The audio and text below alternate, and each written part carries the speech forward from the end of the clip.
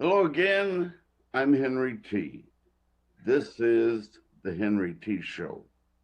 And today, Henry T. is fired up because I have one of the big stars in New Mexico on my show. Man, I observe this guy. He walks around like he's running for governor, shaking everybody's hands because everybody knows this man.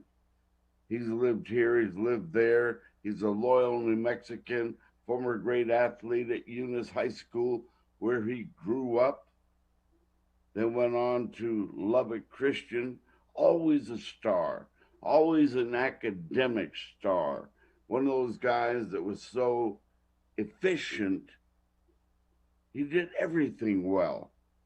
And man, he's got a way with people.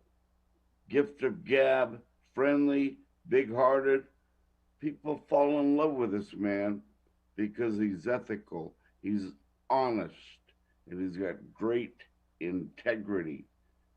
And when you find out here within the interview the job responsibilities of this man, you'll know that it mandates all those qualities to do the job that he undertakes every day.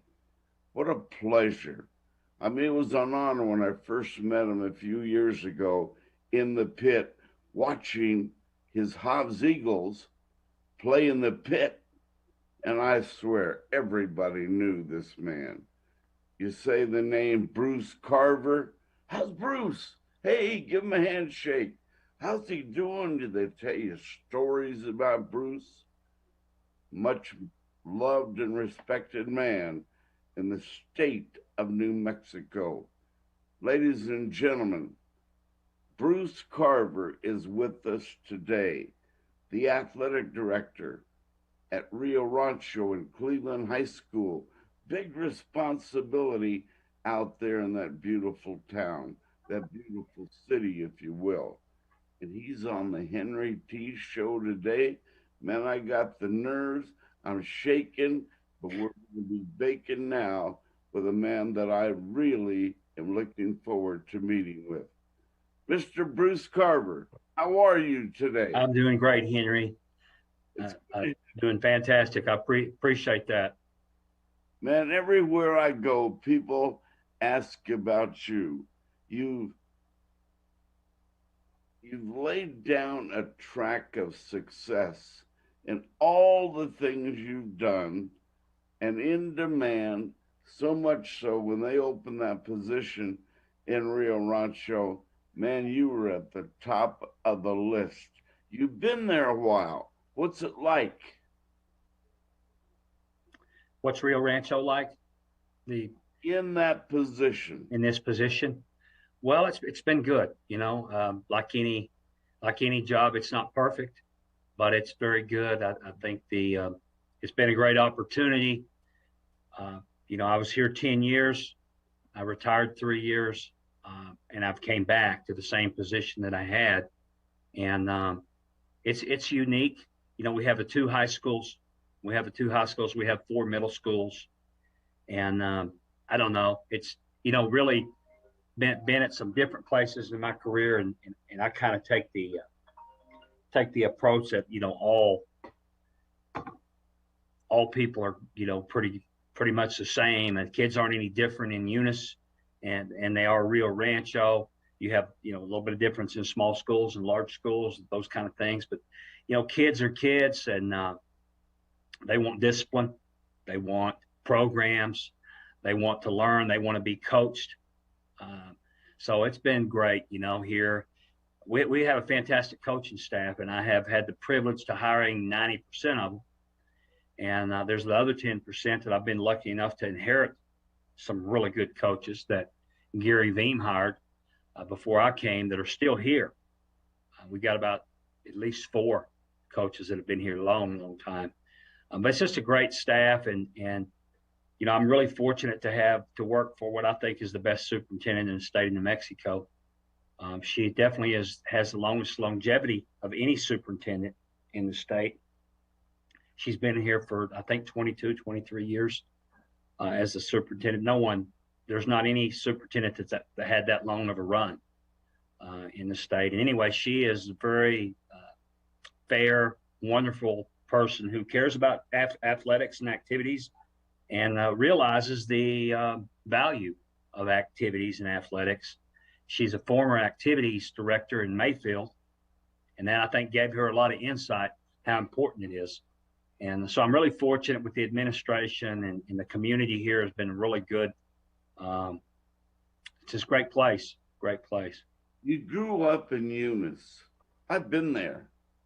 What a place. What was it like? Well, Henry,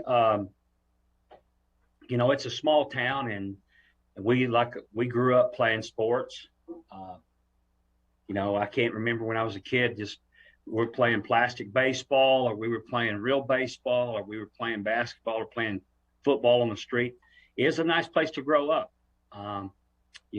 We had the oil field there. It's not the prettiest place around, but we didn't know any different. We spent our time out on the fields and in the courts, and just a great place. I saw some people older than me who, like we all have role models. There were a few that I remember a guy named James Ward, a guy named Robbie Green from Eunice, and we won state championship every year in baseball. I think 12 years in a row. Baseball town, won some basketball championships. So it's a great place to grow up. It really was. Small town America. No complaints. You get that little southern sound to your voice. I've tried to talk to some of the broadcasters I meet out of Clovis. Hey man, where can I get one of those southern accents? And they say, well, you get down here just at the Five and Dime. And these broadcasters, I'm sure. Yeah. No, I have a real good friend. His name's Sip Portillo, and he's from Springer, New Mexico, and he makes fun of that accent all the time. So he's got it down. He's got that whole Southern thing down, even though he's from Springer. So I hear about it quite frequently. Well, it's part of you, and it's part of that beautiful side of our state. I love going down there because every kind of time I go down there, it's big time. Might be a small town, Eunice and the athletic directors and the educators down there, just everybody welcomes you into their home. Can I get you something? They bring you food, they bring you soda pop. Man, everything is ready to go. Game time. All you have to do is sit down and start talking because they got programs and history books and wow. And the stadiums are nice. I love going to Eunice and broadcast the game. Bottom line. Yeah, there's some good people down there, and some really very friendly people that I grew up with. And, of course, I don't go down there a lot. Don't really have any ties anymore to Eunice other than it was my hometown. My family's gone, and most of my friends have moved on. There's still some there, but always good to go back, though, to your hometown, right, Henry T? Amen. Well, you went on to be an athlete at Lubbock Christian, now Lubbock University now. And I love that town too, Lubbock. But you got a history. When was it set in your mind that you wanted to be an educator, that you wanted to be an athletic director, of which you performed very well at Hobbs High School? How did all that happen? Well, I wanted to coach from the time I was in 8th grade. I knew I wanted to be a coach. And I think it's like a lot of kids, they see their coaches and their coaches made a difference in their life. And I just kind of knew that's what I wanted to do. In 8th grade, I was going to coach. And I followed through with that and was able to coach for 13 years. And I was a head coach and coached up almost 400 basketball games. Wow. So I coached basketball, and I think I hit the point. A lot of my friends were getting out of coaching. They were either selling insurance, or they were going into school administration. But not many lifers stayed in it. And I was surprised because I really thought I was a lifer. I didn't think I'd ever get out of coaching. But, I got my master's degree, and all of a sudden I had some options. And all of a sudden that job at Hobbs came open. I was in Amarillo, Texas, coaching. And I had a very good coaching friend tell me, hey, why don't you ought to throw your name in the hat? And something clicked. And I just decided to, out of the blue, throw my name in the hat. So I got interviewed and got the job at Hobbs.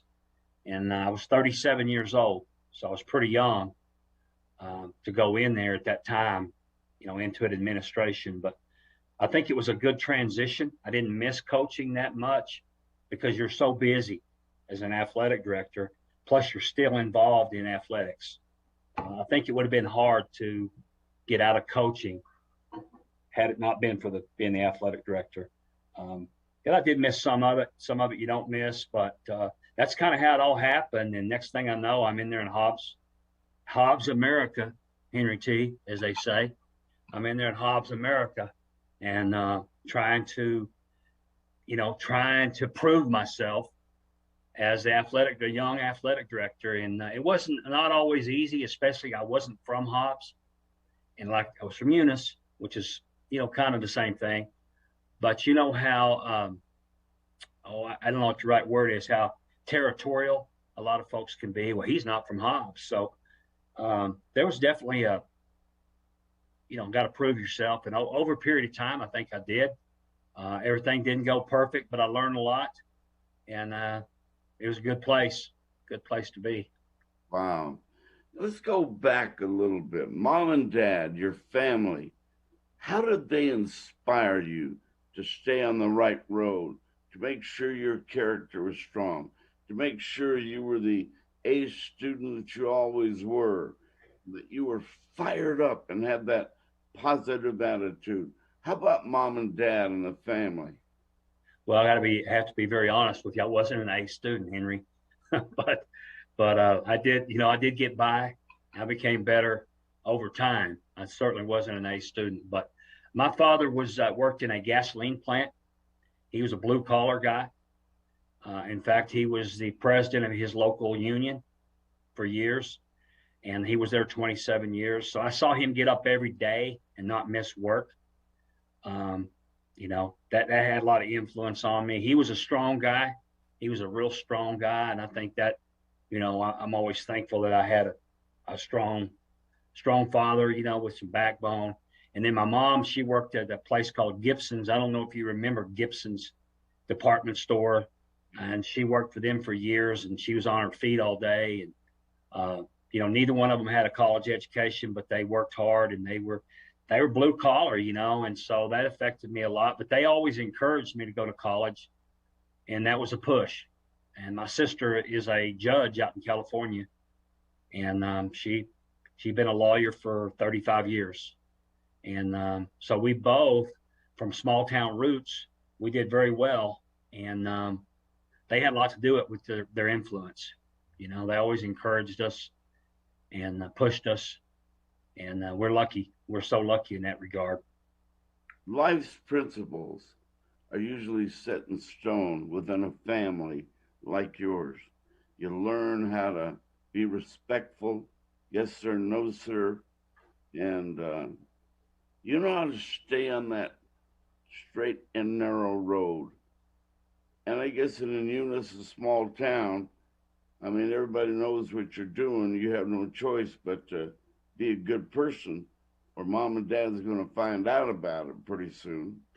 But the real advantages of growing up in that I want to be a good person, that sort of personal philosophy you carry within yourself, conscientious of being as good at what you do and your character at all times. What does a small town do for Bruce Carver? Well, I don't know, Henry. Just a lot of good people I grew up around, and you're influenced by them, whether it's your coaches, your teachers. I think, like everybody, certain people stand out, in that process. We had a principal in Eunice. His name was Mr. Sissel. He was a former military guy, and he was tough, man. And that was back in the day where, if you did something wrong, there wasn't any questions. You got in and you bent over and took a few swats. So Mr. Sissel gave us a few swats here and there, and some more than others, but they were meaningful life lessons, I should say. And but anyway, just can't think of any. I can think of a lot of people, but bottom line, small town or big town, I think the people around you influence you. There's no doubt the entire way. Well, I love Eunice. I've been there several times to broadcast, and I've had a great experience every time. As an educator and an athletic director at Hobbs, man, you got to hang around with some big names. The name Ralph Tasker comes to mind immediately. You're a young guy coming into the fold there. He's a veteran teacher and coach and famous. How did that go the first few weeks of your introduction? Well, it went pretty well. It went pretty well. I think the one thing I learned from him was enthusiasm. I think even up to the end, he had the enthusiasm, and I remember him telling me that he knew I didn't have a lot of experience. He said, "But I can tell you've got a lot of passion and a lot of enthusiasm." You can read that. So he was big on that, and even with his players, you have to have a desire and desire and enthusiasm to do anything. So I did learn that from him, and um, you know, there's always good in a lot of people that you can take, and then sometimes there's some bad you can throw away. Um, but you try to take the good from everybody that you can learn from, and that's what I tried to do there. Amen. What'd you think of that basketball program, the way he ran it, and gosh, his legacy is large because of the way he did what he did. But Well, legendary Hobbs Eagles. Wow. yeah, Your thought? I think he was ahead of his time. Um, he was ahead of his time with that basketball program, and one thing he asked for when he took the job there, I believe in 1950, he came from Lovington, of course. He wanted the keys to the gym because they didn't give him the keys to the gym in Lovington, from what I understand, where he could have that gym open when he wanted it opened.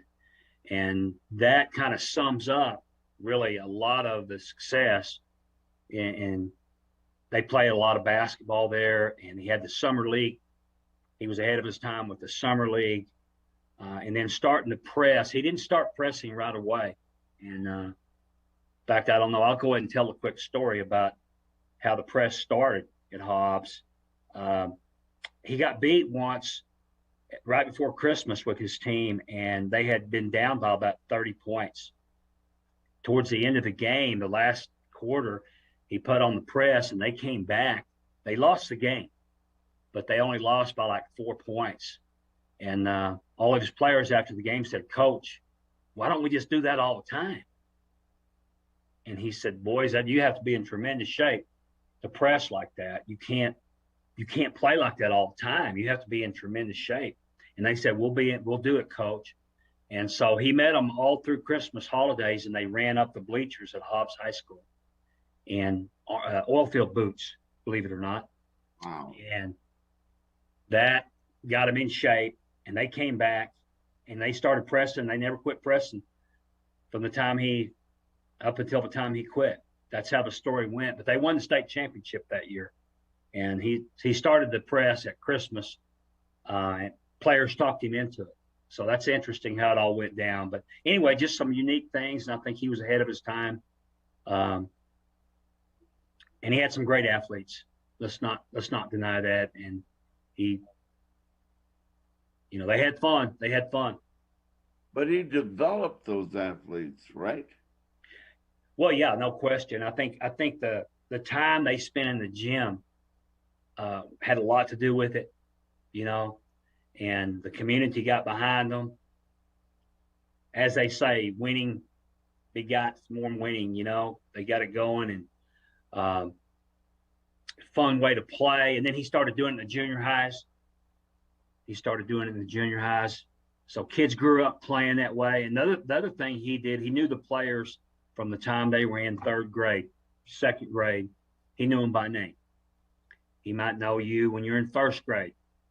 And he had a relationship with those boys all the way through school. And that's one of the keys, no doubt. And I think relationships are a big key to it at any level. And that's another thing I've learned. But every time the Hobbs Eagles, you would bring them in the big bus, and you guys would get off the bus.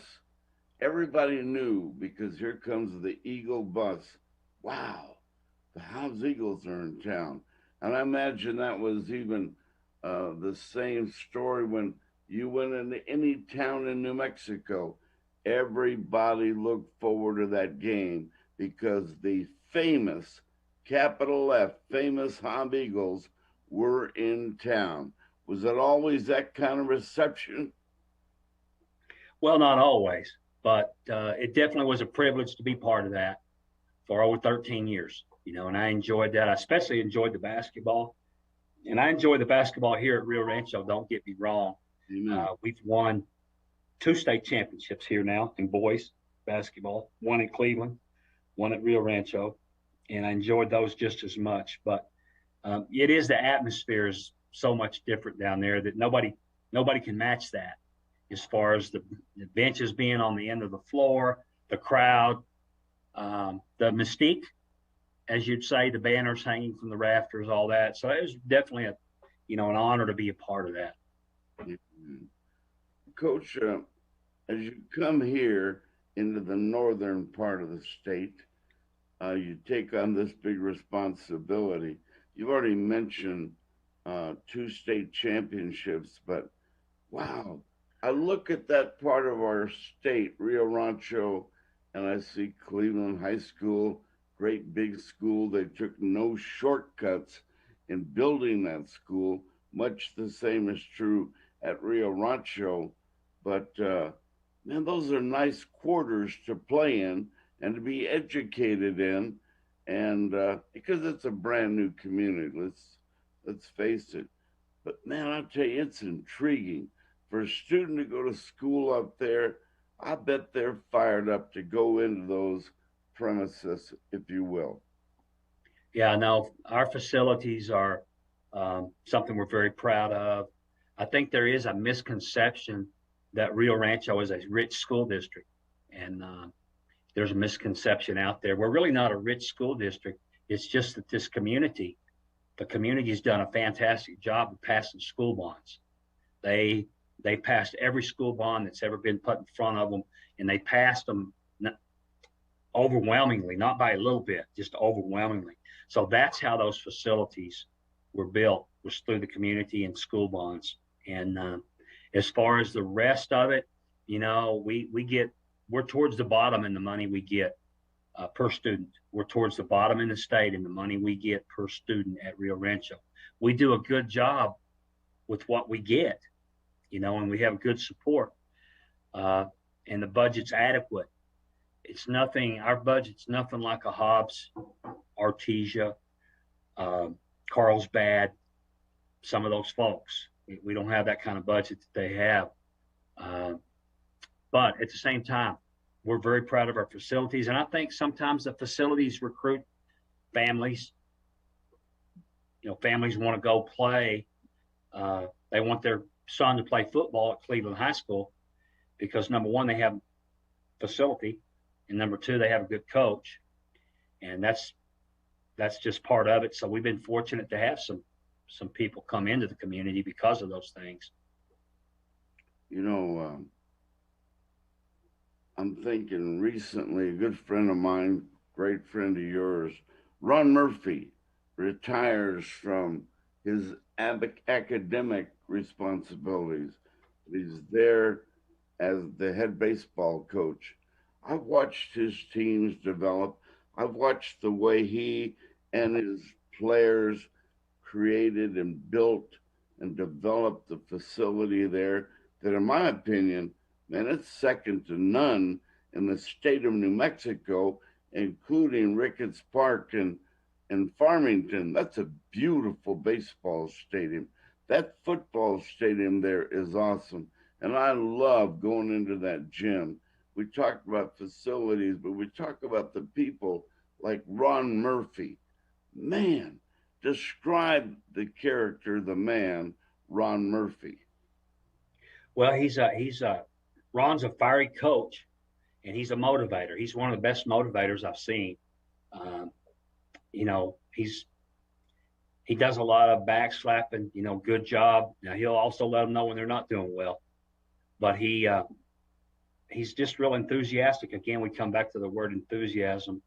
But he's got a passion for baseball, and he just does a fantastic job. I think those kids would run through a wall for him, and when they run onto the field, they have their chest out and they're very proud to have Rio Rancho across that chest, and they'll do anything to try to win, anything within ethics, of course. But anyway, he's done a fantastic job. He took a tough loss here the other night. He took it like a champ. They got beat 1-0 in 9 innings, and he could have sulked, but no, he gave credit. He said, "You know what? They beat us, and they beat us today." And that's the way he is. He's a straight up guy, and it's been good to work with him.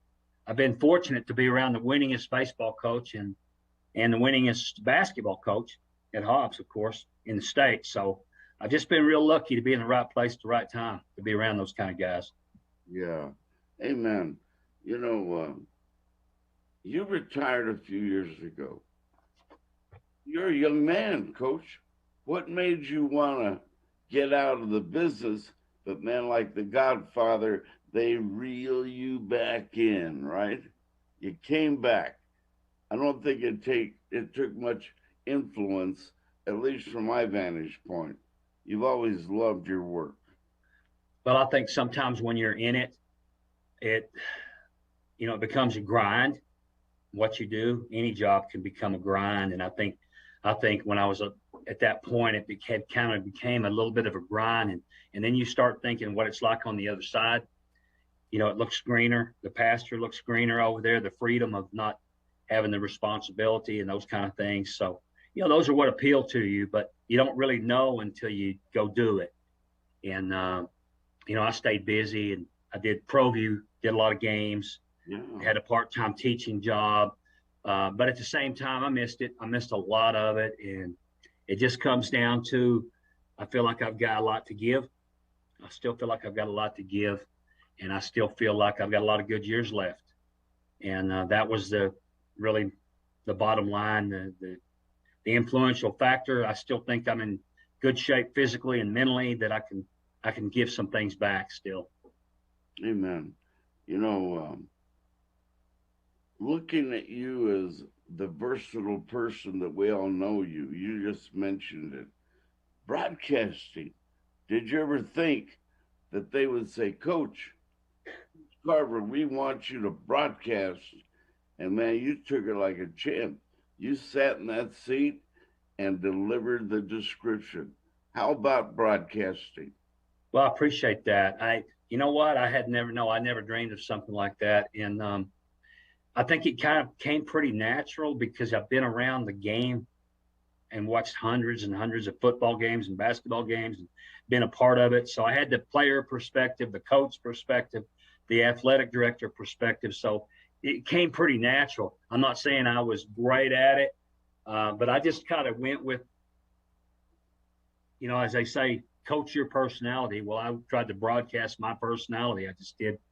I just got on there and talked to what I saw and tried to be positive, kind of like you, Henry. I know you're a legend in the broadcasting, and you try to be yourself. You don't try to be somebody else, And at times I might come at it with a little bit of constructive criticism, but it was constructive if I did. And it's high school sports at the end of the day. It's not pros, right? So it's a different level of I think what you have to, the scrutiny that you provide, what does it do? Long run, the big picture. Once a youngster becomes an athlete, man, he's required to make the grade or he can't play in the games. And he's got to have this character.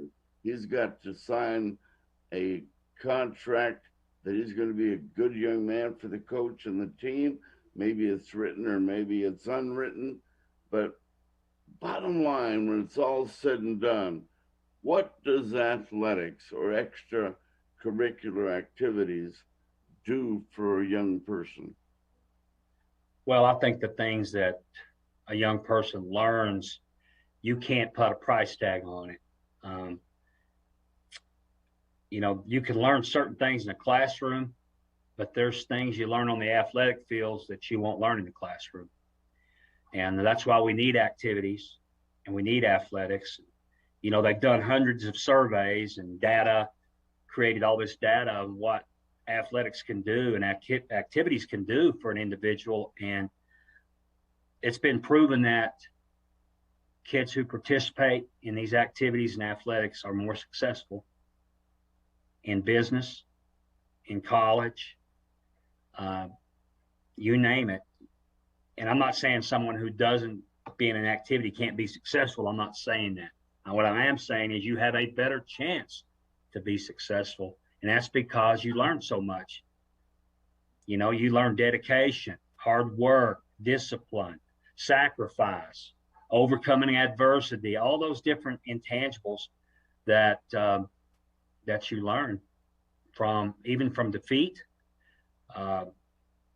work ethic, teamwork, on and on and on. It's just and that's what I like the best about the whole thing, Henry, as far as being athletic director, is the life skills that it does teach. And we even evaluate our coaches over here on, that's one of the evaluation criteria, is did they include that into their what they do daily?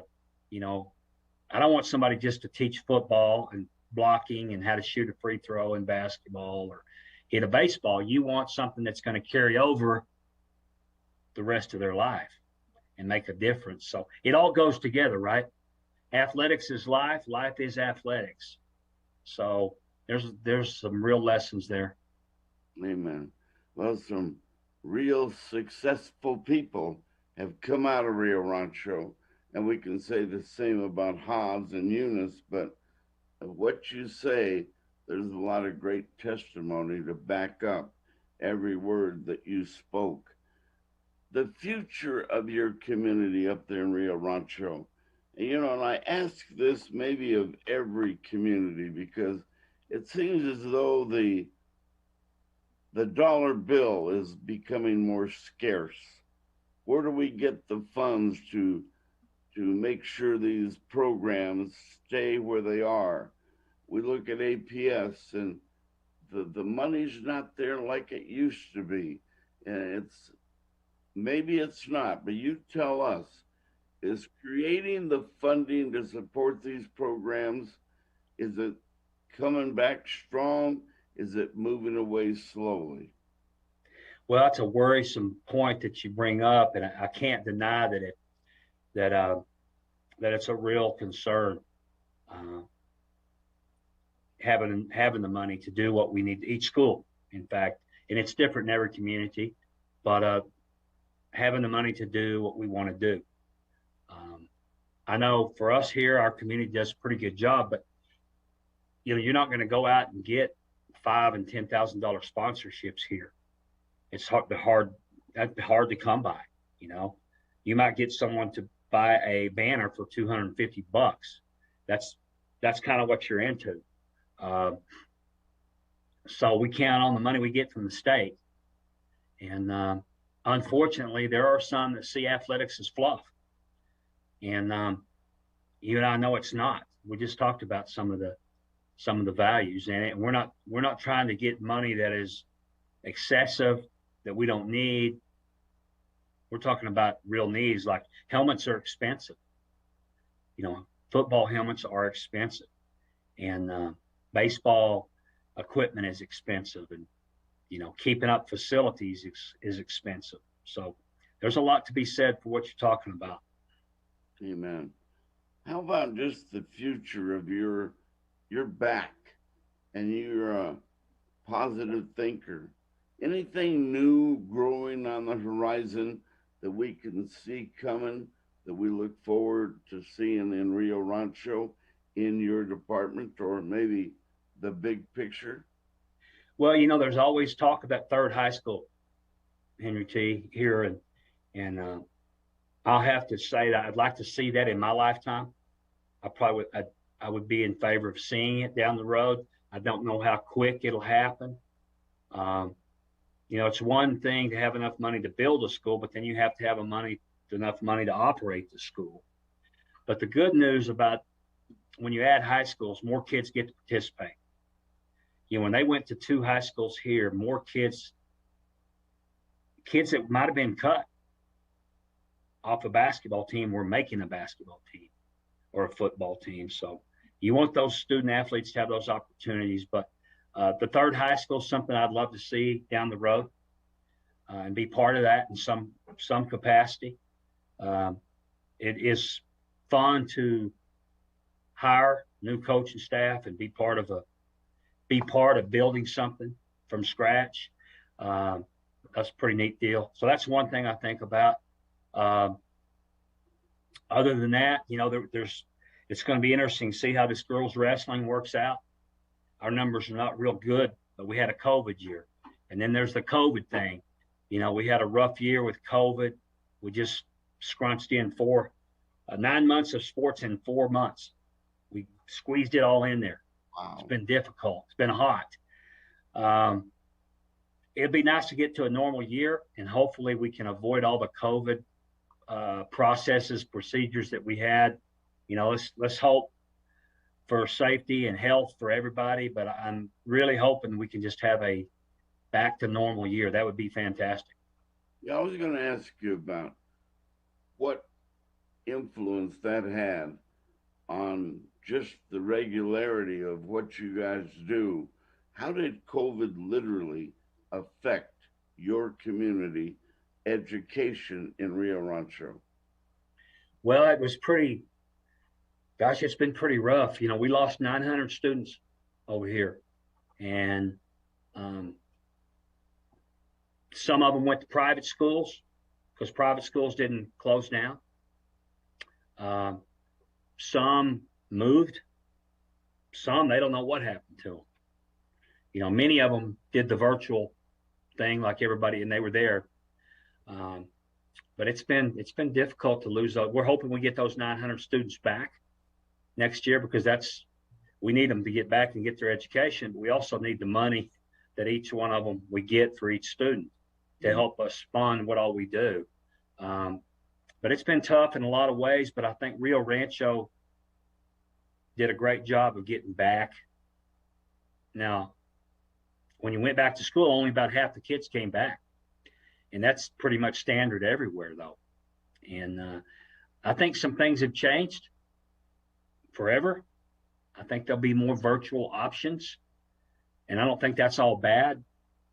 But we do need to get back with more face-to-face communication, school. Kids need to be back in school. Teachers need to be back in school. I think we did pretty well. We did very well in getting back, and our coaches made a lot of sacrifices. Hadn't been easy, but things are coming back together. And I think more than any other thing, Henry, I think we've all gained an appreciation of what we didn't have. Now we've gained an appreciation, and man, I missed being at sports, missed being at high school games. Kids missed playing.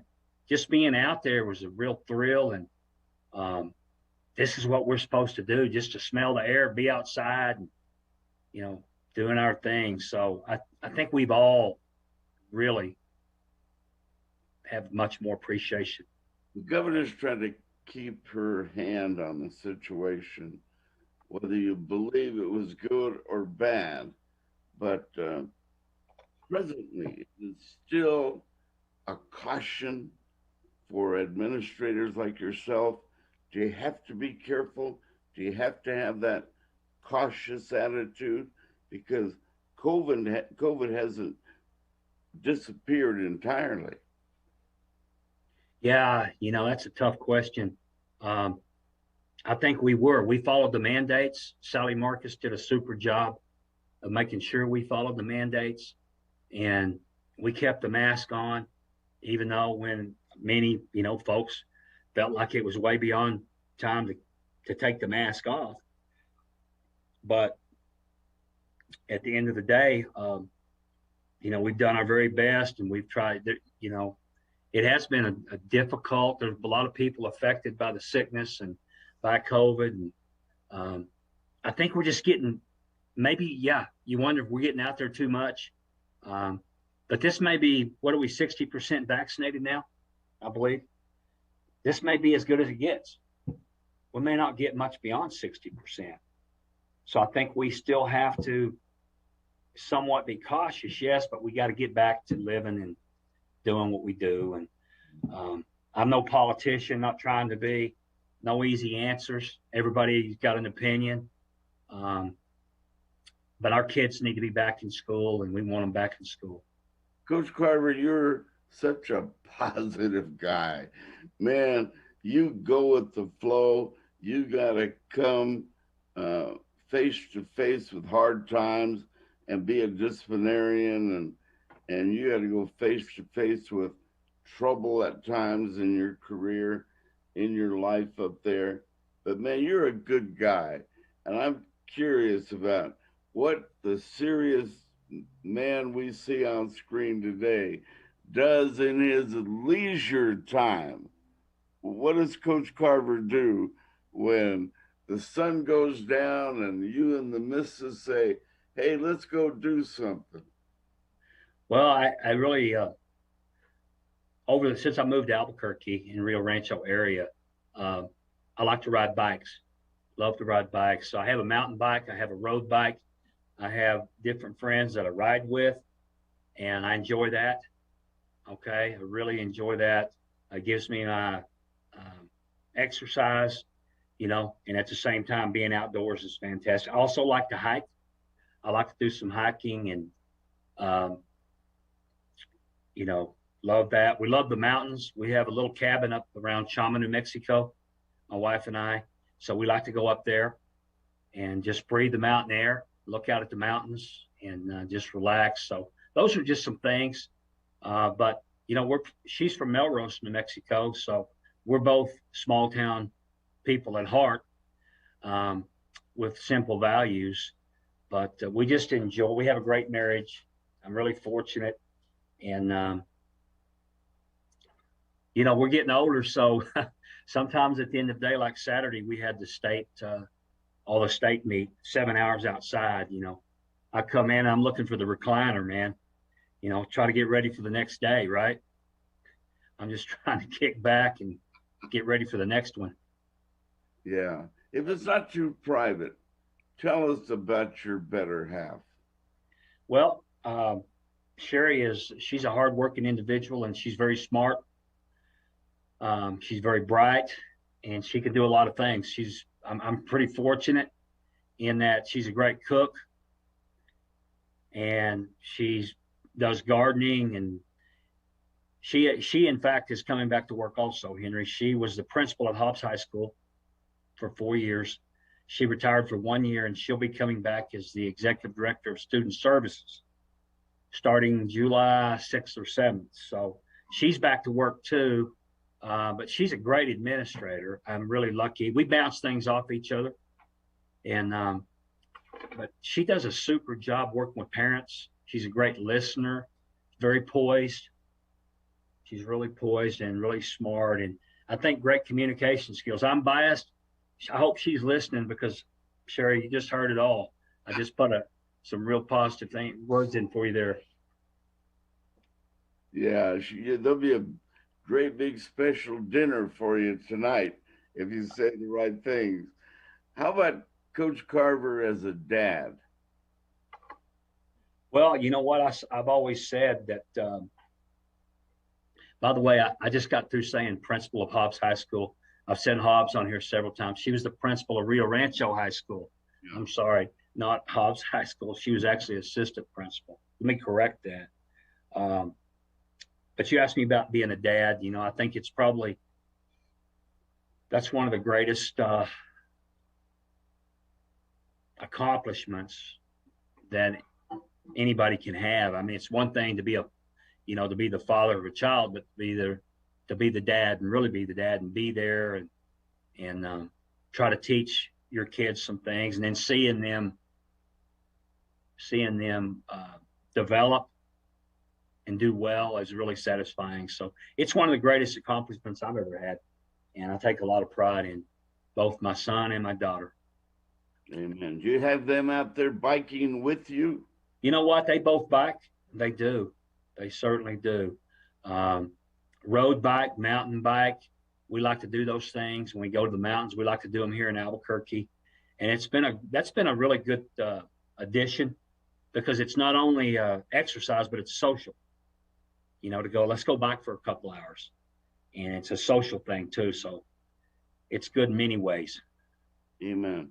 I'm going to hit on that. We'll be out of the interview here in a few minutes, but exercise, making sure the body doesn't grow old faster than it should. What would be your recommendation to dads and moms around our community to turn off the television and let's go do something and move our bodies? Hit them right where it counts, right in their conscience, and make them move and make them feel better today. Well, that's a great point, Henry T. I think that it's the key to living longer, and it's also the key to quality of life. And it's real easy to put on to add those pounds. It's pretty easy. So it's just a lifestyle. It's a lifestyle. It's not something that you just do. Oh, I'm going to do. Some people are, I'm going to go exercise right around New Year's, right? So I go join the club for 3 weeks, and then that's it. You don't see them again. They burn out. It's a lifestyle that you've got to incorporate every day of your life. And Sherry and I have that. Our kids have it. Where we get up, we're thinking we're going to go walking, or we're going to go biking, or we going to the club. By no means are we like the perfect fitness people. I'm not saying that, but we do pretty good at it because it helps us mentally, helps us with our jobs, but it also helps us, physically too. Of course, the other part of that's diet, and I'm not the greatest at that. I'm working. It's a work in progress, but I'm certainly not great at it by any stretch. Is the two-step country dancing considered exercise? Well, I think it would be. I think it definitely would be, no doubt about it. Especially when you get a little, get a little quick song out there, like the Cotton Eye Joe. You're Oh, really moving around. That's going to be some exercise to that, Henry T. But yeah, definitely.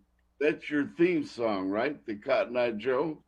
No, it's like I told Gary Heron the other day, Henry T. There's two kinds of music: country and western. Remember that. Remember where you heard it. There's You a like that? smile of Bruce Carver, and he's drinking water too. Man, you are a health nut. But I don't know about that, but we enjoy it. We enjoy it. It's part of the day. It's part of every day. Yeah, one of these days, Henry T's going to be out there in your leisure, and you're in the dance hall, you and your beautiful wife, and the Cotton Eye Joe's going to be on. I'm going to be taking movies, little pictures of you. How good a dance is Coach Carver?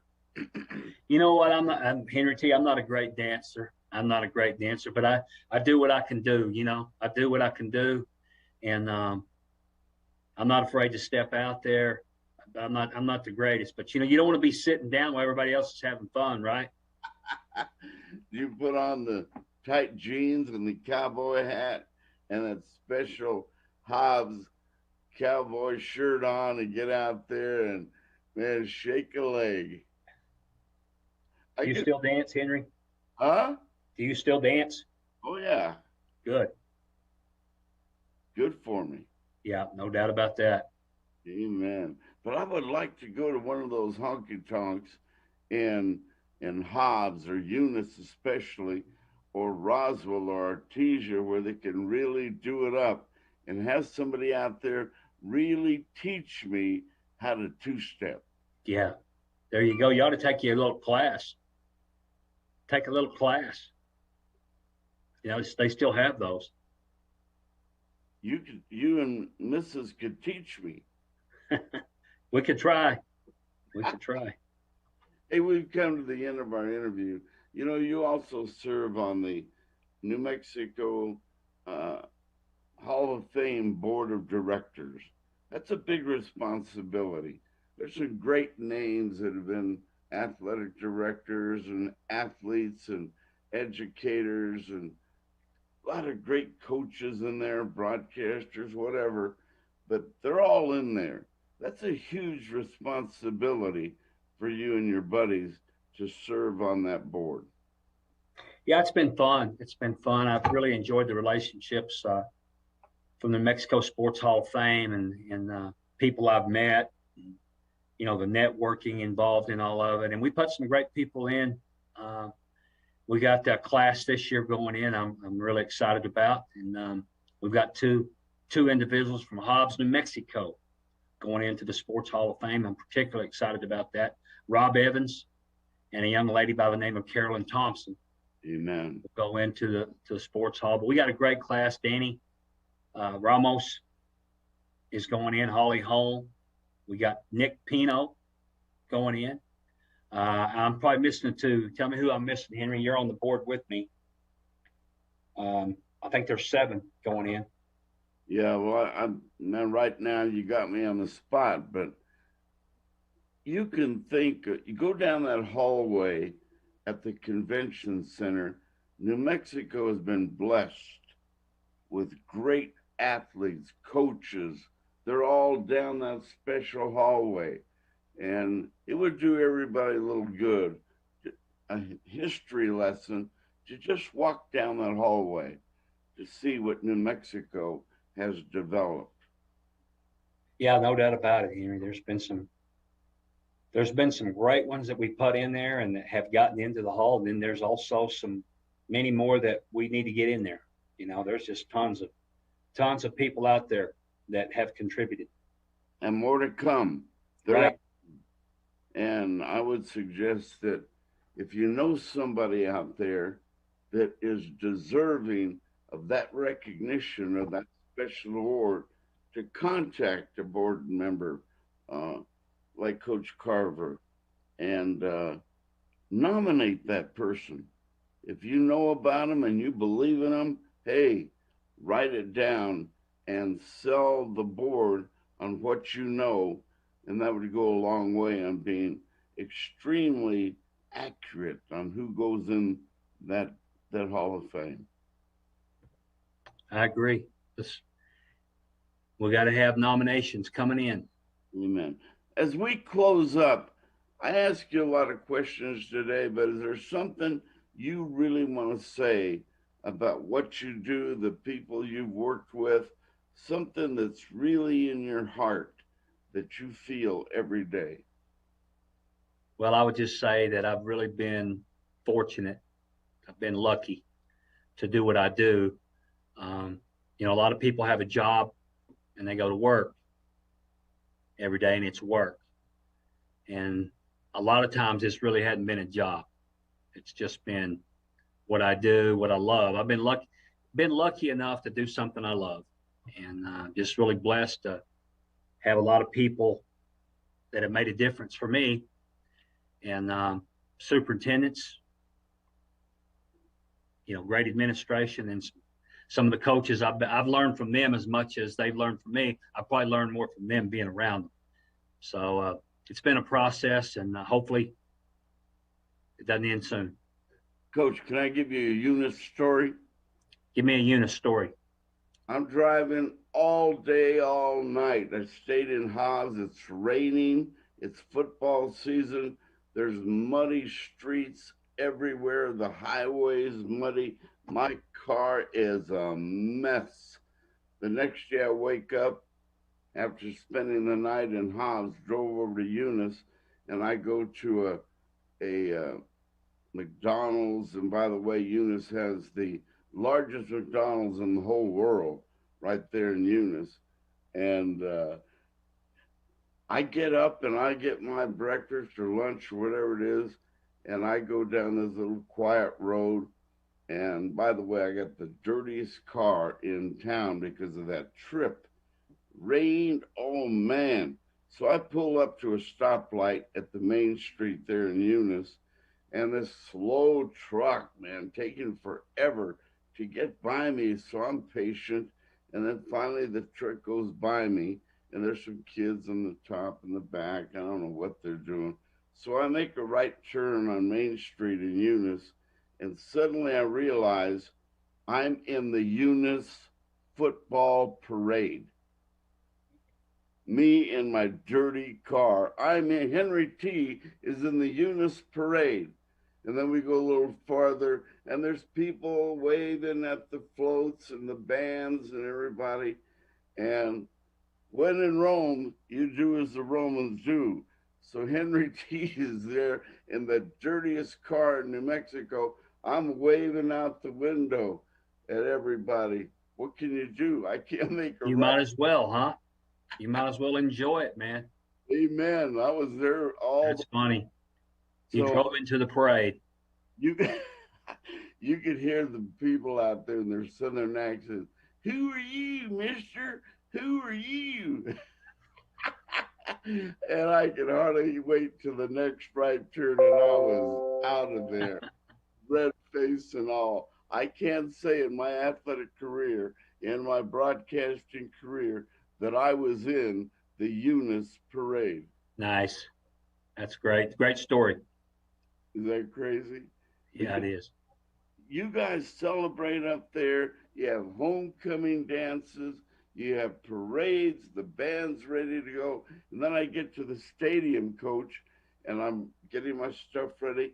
I look out the booth window of the stadium, and I look down around the home side there, and I see 6,000 cowboy hats from the top looking down. That's a unique visual. I'm here to I shout. bet you. I bet you that's right. Am I accurate? Yeah, that's right. Amen. Hey, what a pleasure visiting with you, Coach. Thank you. I appreciate it, Henry. Thanks for having me on. You have a great day. We'll do it again. We're so happy that you're here and you're serving our students. And it's just really impressive to watch you do your thing. Congratulations. All right. Thank you, Henry. Bye bye. Take care, Coach. Bruce Carver, one of a kind. Man, and I'll never forget that day being in the Eunice parade. Is that amazing? And thank you for being with Henry T here today. Thank you to Jimmy Tran. What a good guy, great producer, and I couldn't do it without him, believe me. Thank you for being on our website today, Henry T, GameFace Live. Thank you to our staff at ProView, all of them who help us considerably. And we'll be on again next Monday. And if something happens, Henry T will bring it to you live. But there's an announcement I'm going to make next week. Man, I'm coming back for more. You ain't seen the last of Henry T on the broadcasting side of the steel. I mean, doing the games again. Henry T is coming back. Look out. Spread the word. See you later. Have a great day. Thank you. Don't forget the people who bring us this show. Amestoy Drywall, Indigo Mortgage, Rax Lumber, Richie Tabbitt out there, Kevin out there at the canteen. Yeah. Action Jackson Compaction. We'll have Chuck Jackson on soon. A race driver. The Hydro Bar. Oh, man, are they good to us. Thank you to all of our sponsors. I love the Amestoy family. great athletes out there. Pierre Amstroy, man, his legacy as a high school athlete, second to none out there at Valley High School. Say hi to him today and tell him, hey, Henry T was talking about you. Have a great day. See ya next Monday.